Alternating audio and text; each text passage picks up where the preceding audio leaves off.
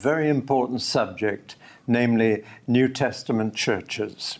And I'd like to give a welcome to the people who will be watching, and they're joining us too. Why have I chosen this subject? Well, simply because I believe Finland's greatest need right now is for New Testament churches. The reason is quite simple. I'm going to spend the first talk with you taking you through church history. That may sound a bit boring, but we need to know where we've come from. Most of the churches in this country, as in my country, are geared to the 16th century or the 17th century or the 18th or the 19th. A few are geared to the 20th, but we're living in the 21st. We're in a whole new situation. And therefore, because of the time and place we're living in, we need to change church life quite radically. Not just the time, but the place. We're in Europe, and Europe is a unique continent. It has been Christian for so long, almost from the beginning, when Paul left what is now Turkey and came over to Macedonia to Europe. So we are in a Christian continent, but I want to say we're in a post-Christian continent now, and that's the change in the situation. Finland is no longer a Christian country, nor is England. We all used to be at least Christianized to a degree, but we're now in a totally new situation. We are witnessing the end of what's been called Christendom. That's a word that unites Christian and kingdom. And Europe has been full of a Christian kingdom for centuries, and now it's all over. There are some vestiges still around, but it's passing away so rapidly that we have to be the Church of Christ in a very new way. Let's just run through a bit of church history. For the first 300 years of Christianity, church and state were enemies. The Roman Empire persecuted the Christians for 300 years. Interestingly enough, the church never grew so quickly or was so effective in impacting society as it was when it was persecuted. And that's still true today in many other countries. Where is the church growing? Where it's under pressure, where it's persecuted. And so for the first 300 years, Christianity was taboo. It was illegal, partly because it wouldn't join in with the other religions. See, Roman religion was based on what we call syncretism, bringing religions together. And they put up a huge building in the city of Rome called the Pantheon, which means pan, all, theon, gods. And in this big building, which you can go and see today, there are niches all around the walls.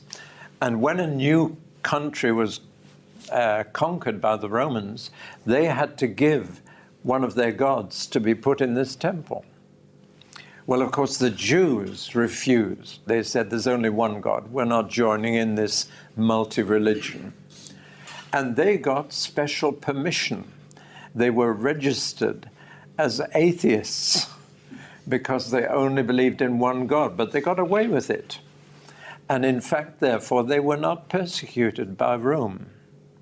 At first, the Christians were thought of as a kind of Jewish sect, part of the Jewish religion, but it became very quickly obvious that Christianity was not Jewish and that it was a new religion.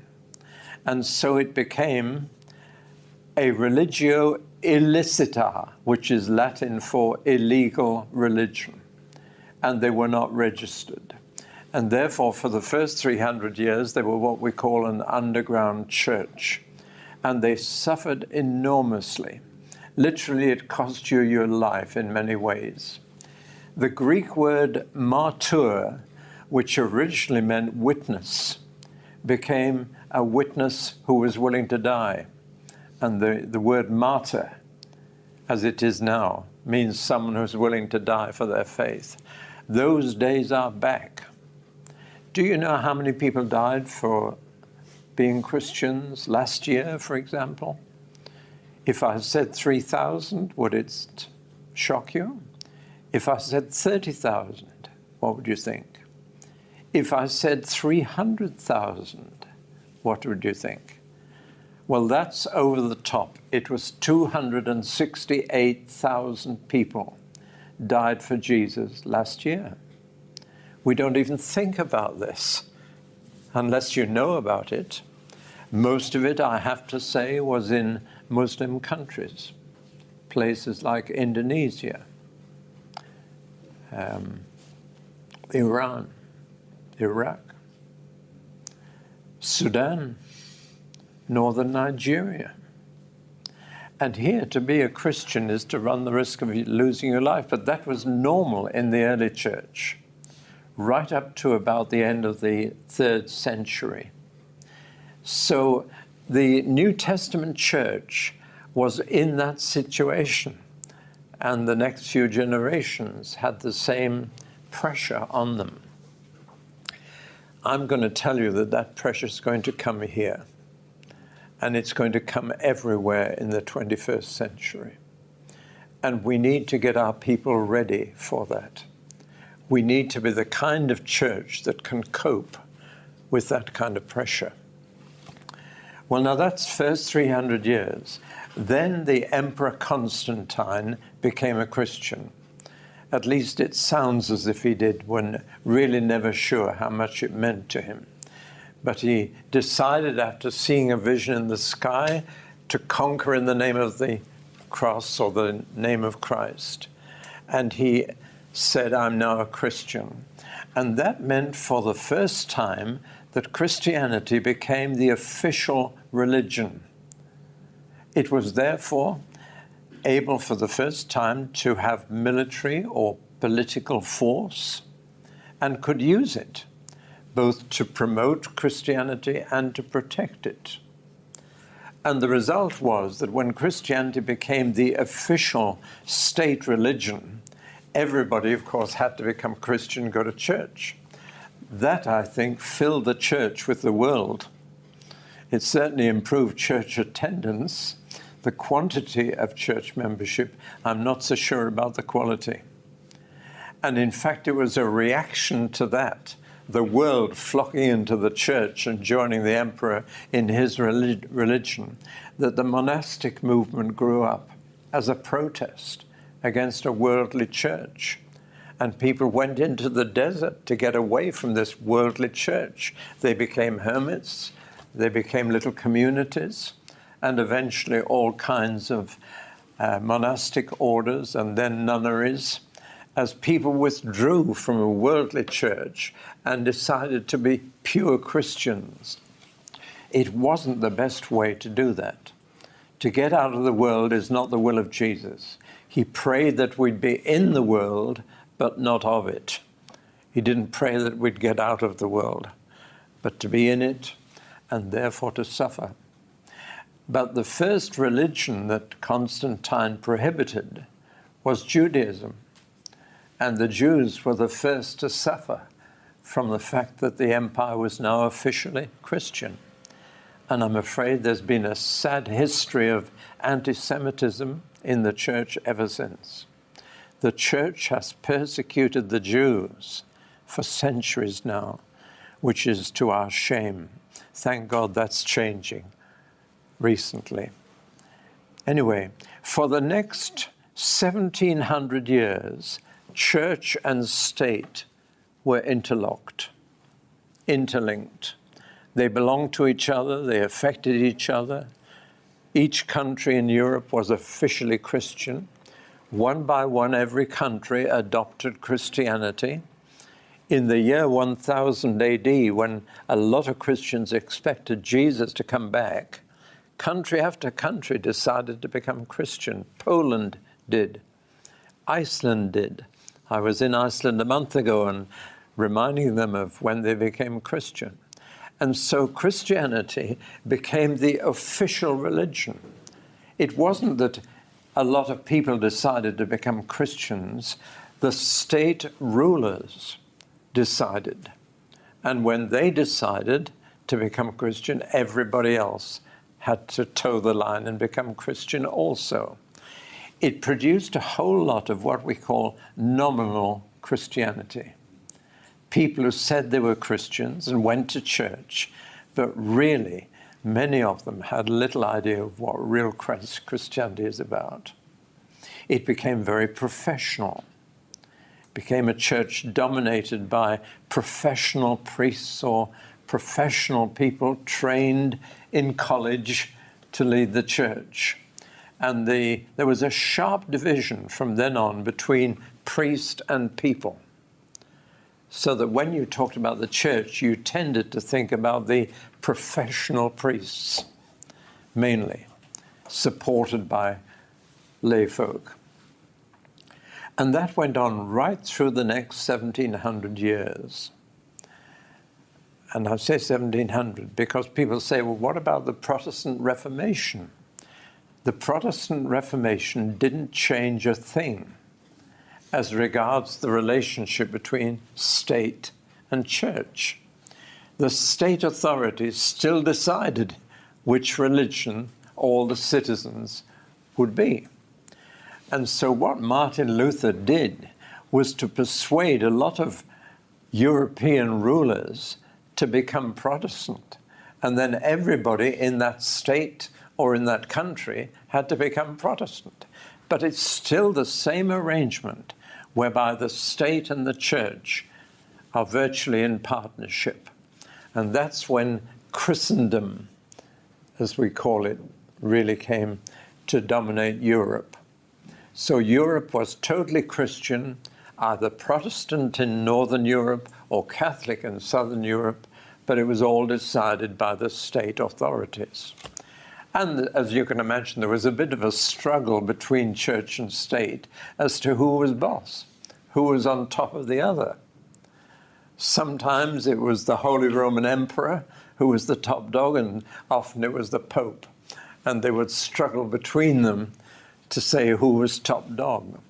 The Pope to this day still carries two keys, a gold one and a silver one. Have you noticed that on his crest? Well, one of them, the gold, is that he's head of the church, and the other, the silver one, that he's head of the state. And of course, the Vatican is a state as well as a church. So that's been the pattern right until the 20th century. If you were born in Finland, you were considered a Christian and considered Lutheran. And that's why the vast majority of people, of babies in a country that has a state church, are baptized. They are considered as much part of the church as part of the state. And no state church has ever been able to introduce believers' baptism because the state church can't. It cannot say the church is only believers. It must say the church is everybody born here. And of course, if you were born in a Muslim country, you were a Muslim. If you were born in a Hindu country, you were Hindu. This is the kind of state religion situation all over the world. And usually it persecutes what doesn't fit. And so in each state where there is a state religion, other religions are under pressure and have real difficulty to get established. Well, now all that is dying. It's disintegrating. State churches are on the way out. They only survive with a vestige of state support. And you live in a country where the full-time workers of the state church are paid out of taxes, and that creates an artificial situation in which a church may be very small but have a large staff, in which it's possible to be living in an artificial, unreal situation where the church is dying but it's still surviving because the state is giving it some kind of support. Now, when Christendom dies, Christianity loses all privilege. And we all have privileges if we live in a Christianized country. We are not persecuted by the state. We're not considered enemies. There are usually great financial privileges to churches where the state has officially acknowledged Christianity. In our country, our priests are not paid out of the tax, but every church is considered a charity and doesn't have any tax to pay for its buildings or anything else. And when we give money to the church, the government will repay the tax we've paid because the church is a registered charity. All that's going to go. There will be no financial help from the state anywhere in the future, and no privileged access. Let's just summarize this. In the 21st century, with the decline and death of Christendom, and it may not appear to you immediately here, but it'll come, mark my words, in this century, if the Lord doesn't come first, the state church will go. And the church will have to support itself, govern itself, propagate itself, will have to do its own work for the Lord with its own resources and in its own way. To put it quite simply, we are coming in the 21st century full circle back to the situation of the early church. But let me say, this is not a totally new situation, nor is it a very old situation. Any other country outside Europe or America you go to where the state religion is not Christianity, the Christian church has to be more like a New Testament church because it is a persecuted minority. In country after country I go to, I'm in touch regularly these days, in the last few weeks, with Christians in Burma, Myanmar, as it's called now. I can't get used to that. I've always known it as Burma, where the cyclone is. And I'm in touch with Christians who've lost their homes in the cyclone, pastors who are trying to hold a church together in the chaos. But I've received only a few days ago photographs of Christians in the forest, in the jungle, picking up sticks. And I got that photograph 2 days before coming here. What are they doing?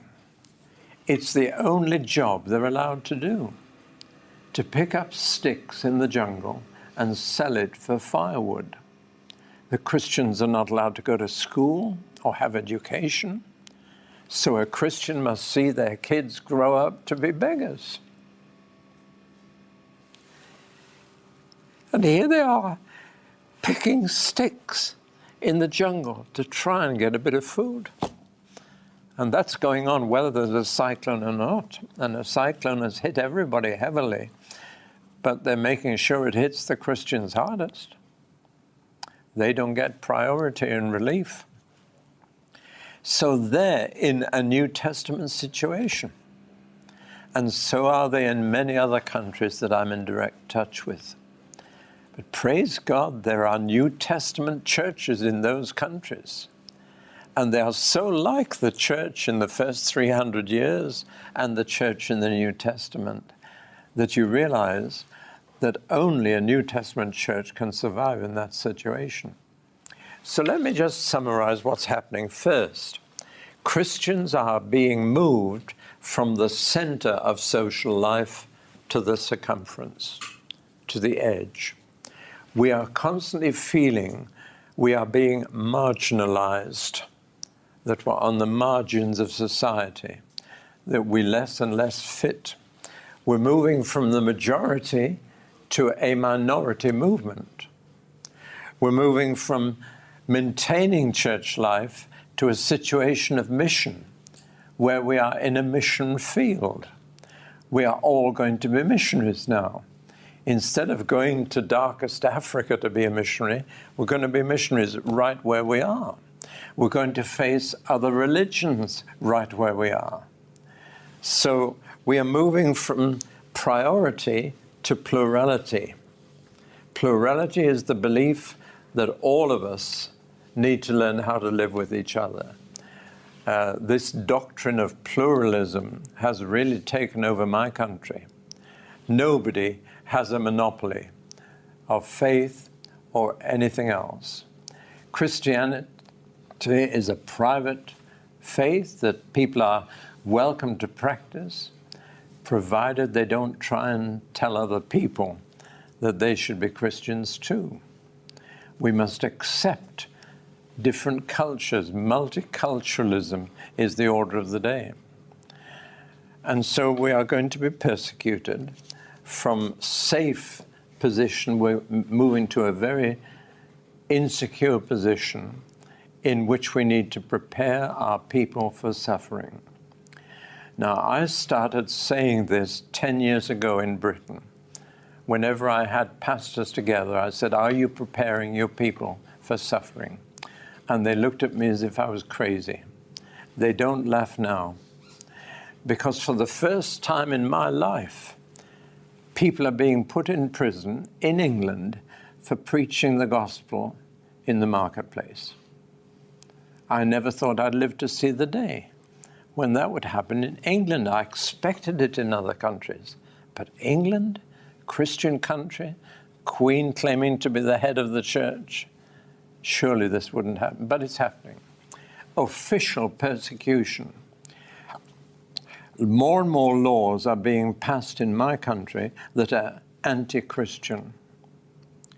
The Sex Discrimination Act and the Race Discrimination Act are now being used against Christians. We are losing the freedom of speech in England. And remarks that are considered offensive by other people are now a criminal offense. So if I speak out, as I do, against Islam, and a Muslim is offended by what I've said, I can be arrested and charged with criminal act. So you see, we're heading into a very different situation, a suffering situation, a situation in which we feel alien, strangers. We don't fit. Society regards us as odd, as misfits. Now, at first, it becomes embarrassment, that's all. And if you talk publicly about your faith in England, you are considered tactless. You're considered not very wise, not very sensible. You keep your faith quiet if you want to be accepted in society. That's the first stage, just a bit of social embarrassment. When I say to people, I said it to the taxi driver who drove me to London Airport yesterday, or the day before. He said, "What's your job?" I said, "I'm a preacher." There was a deathly hush came in the taxi, and he just didn't know what to say. We'd been talking about his job and all sorts of things, and he'd been talking non-stop. But as soon as I introduced religion, he closed up. And he was a very nice English chap, but he was embarrassed. And then he tried to fish around for some distant relative who went to church or some connection to try and please me, but he failed miserably. And the rest of the journey was really an embarrassment. See, I'm a Christian. And he was typical of English society today, which isn't. You don't talk about your faith in public. Now, this is exactly where the New Testament Christians were. They were aliens, they were pilgrims, they were strangers. They were just passing through. They belonged to the colony of heaven. They were misfits. And that's where we're getting. We're coming really full circle in Northern Europe, back to the early centuries, and therefore back to the situation of the New Testament, and therefore we need to be a New Testament church, or we won't survive. We'll die out. That's the background to the talks I want to share with you today. We've got to ask, what was a New Testament church like? How did they manage to cope when they were under such pressure? How did they manage to live as aliens, as strangers, as pilgrims passing through? And how did they manage to grow in that situation and spread the gospel? Because they did. It's a funny law, but it's a law of history, that when the church is under pressure, it grows. That when it's not under any pressure, it declines. It's almost as if the more the pressure from outside, the stronger we grow inside. And the devil knows that if you throw opposition at the church from the outside, it'll get stronger. The devil knows the only way to destroy a church is from the inside, to corrupt it from the inside. And that's what has happened to so many churches and could happen to us. So we are fighting for our life, and yet we're going to overcome. We're going to grow and spread if we become a New Testament church. That's the background to the message. I've just painted a quick picture. Think of it, the first 300 years, persecuted, yet growing. The next 1700 years, church and state together, and it's done a lot of damage. And it certainly won't survive now. And now in the 21st century, back to the beginning, back to the New Testament, back to suffering. If I can put it this way in the last minute I've got in this talk, a suffering church is a normal church. For us, it's abnormal in Northern Europe. But for the New Testament, that's normal. They expected it. Whoever would.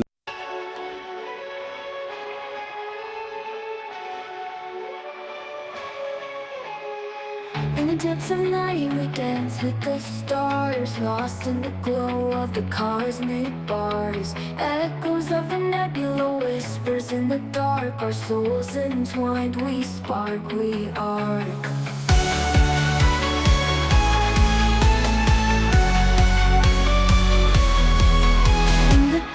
Of night we dance with the stars, lost in the glow of the cosmic bars. Echoes of the nebula, whispers in the dark. Our souls entwined, we spark, we are. In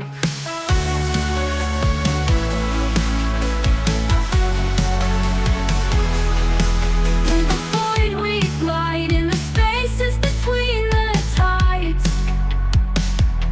Melodies of the unknown, in the shadows we've grown.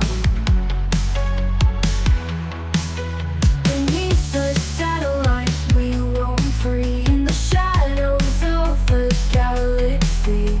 Electric hearts we beat as one in the twilight of the sun.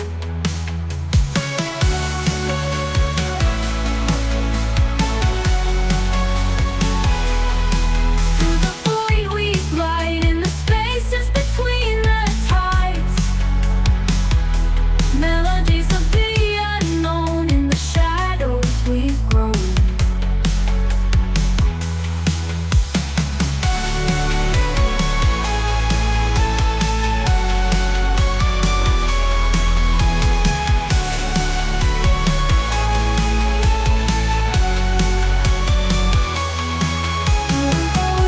The satellites we roam free, in the shadows of the galaxy. Electric hearts we beat as one in the twilight of the sun.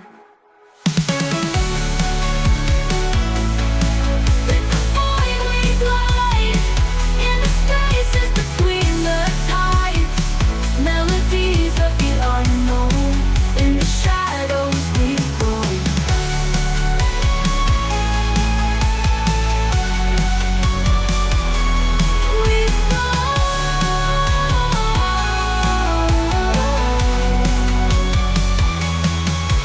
Beneath the satellites we roam free, in the shadows of the galaxy. Electric hearts we beat as one in the twilight of the sun. We find the light in the echoes of the past. We build the future by